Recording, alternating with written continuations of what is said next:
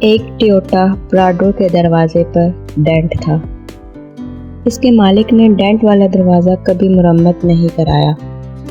کوئی پوچھتا تو وہ بس یہی کہتا، زندگی کی دوڑ میں اتنا تیز نہیں چلنا چاہیے کہ کسی کو اینٹ مار کر گاڑی کو روکنا پڑے۔ سننے والا اس کی آنکھوں میں نمی دیکھ کر قدرے حیران ہوتا اور پھر سمجھتے نہ سمجھتے ہوئے سر ہلا دیتا۔ خرگوشی سنو گے یا اینٹ سے بات سنو گے؟ ایک نوجوان بزنس مینیجر اپنی برانڈ نیو ٹویوٹا پراڈو میں دفتر سے DHA میں واقع گھر جاتے ہوئے ایک پسماندہ علاقے سے گزرا جو مضافات میں ہی واقع تھا۔ اچانک اس نے ایک چھوٹے بچے کو بھاگ کر سڑک کی طرف آتے دیکھا تو گاڑی آہستہ کر دی، مگر پھر بھی اس نے بچے کو کوئی چیز اچھالتے دیکھا۔ ٹھک کی آواز کے ساتھ ایک اینٹ اس کی نئی گاڑی کے دروازے پر لگی تھی۔ اس نے فوراً بریک لگائی اور گاڑی سے باہر نکل کر دروازہ دیکھا جس پر کافی بڑا ڈینٹ پڑ چکا تھا۔ اس نے غصے سے ابلتے ہوئے بھاگ کر اینٹ مارنے والے بچے کو پکڑا اور زور سے جھنجھوڑا۔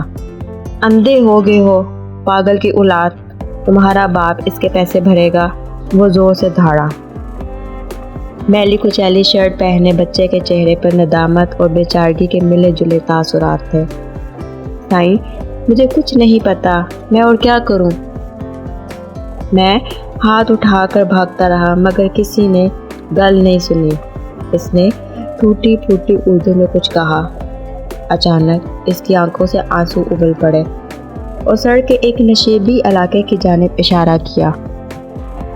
ادھر میرا ابا گر پڑا ہے، بہت وزنی ہے، مجھ سے اٹھ نہیں رہا تھا، میں کیا کرتا سائیں؟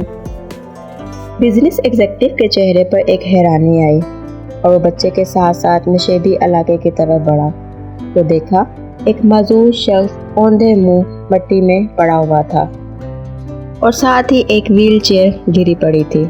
ایسا دکھائی دے رہا تھا کہ شاید وزن کے باعث بچے سے ویل چیئر سنبھالی نہیں گئی اور نیچے آ گری، اور ساتھ ہی پکے ہوئے چاول بھی گرے ہوئے تھے جو شاید باپ بیٹا کہیں سے مانگ کر لائے تھے۔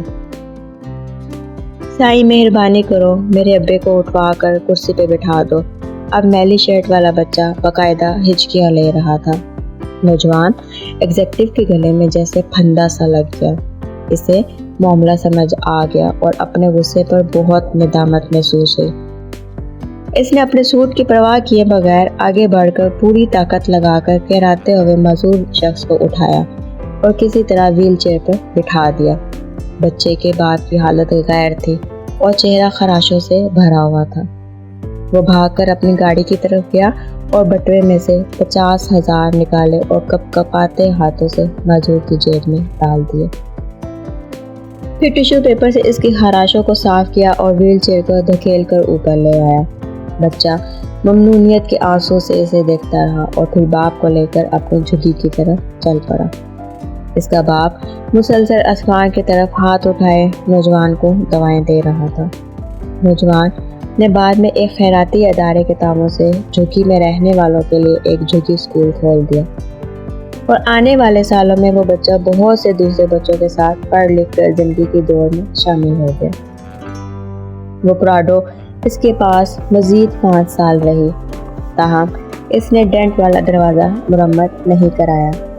کبھی کوئی اس سے پوچھتا تو بس یہی کہتا، زندگی کی دوڑ میں اتنا تیز نہیں چلنا چاہیے کہ کسی کو اینٹ مار کر گاڑی روکنی پڑے۔ اوپر والا کبھی ہمارے کانوں میں سرگوشیاں کرتا ہے اور کبھی ہمارے دل سے باتیں کرتا ہے۔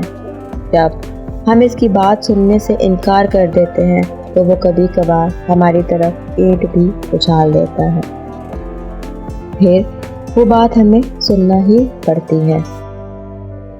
ہم جہاں ملازمت، بزنس، خاندان، بیوی، بچوں کی خوشیوں کے لیے بھاگے جا رہے ہیں، وہیں ہمارے آس پاس بہت سی گونگی چیخیں اور سرگوشیاں بکھری پڑی ہیں۔